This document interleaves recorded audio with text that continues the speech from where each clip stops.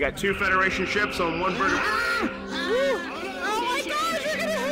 Welcome to Trek Tuesdays, a weekly series that will look at different aspects of Star Trek Bridge Crew. With each entry, we'll look at individual roles and game modes to provide a bit more clarity than a traditional preview might provide. For this week's entry in Trek Tuesdays, we're looking at the Engineer role. This position is in charge of regulating the ship's power distribution to make sure all areas are boosted as needed. Toward us. Adding shields. No, direct hit. Yes. Direct hit on their shields.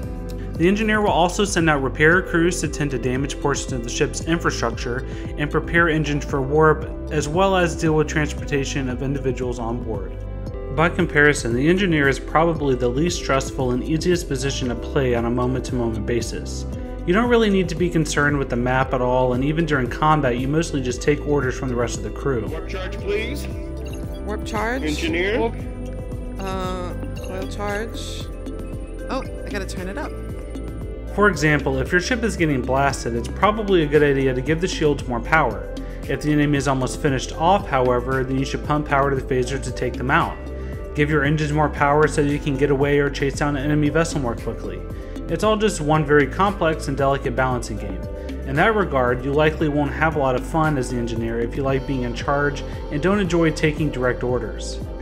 Answer the question. This time we did not.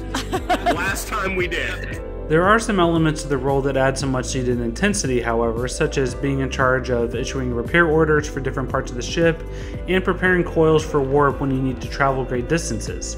If you're on the verge of being destroyed and everyone is sitting there holding their breath, praying that the warp coils can charge fast enough, things can get very tense. Oh God! Get us out of here, helmsman! We got 3 hostile ships. There's no way we're surviving this. Engineer is a good position for most new players to start out, as it's relatively clear what to do in most cases with clearly labeled sliders and buttons on the digital panel. But for veterans of the game, or those looking for a more exciting thrill ride, they may be better served taking over the tactical or helm position. Engineer is important, but all things considered, most crews can probably get by just fine leaving that seat without a role player and just letting the captain issue orders to an NPC instead. That concludes today's iteration of Trek Tuesdays, where we looked at the engineering role on Star Trek Bridge Crew.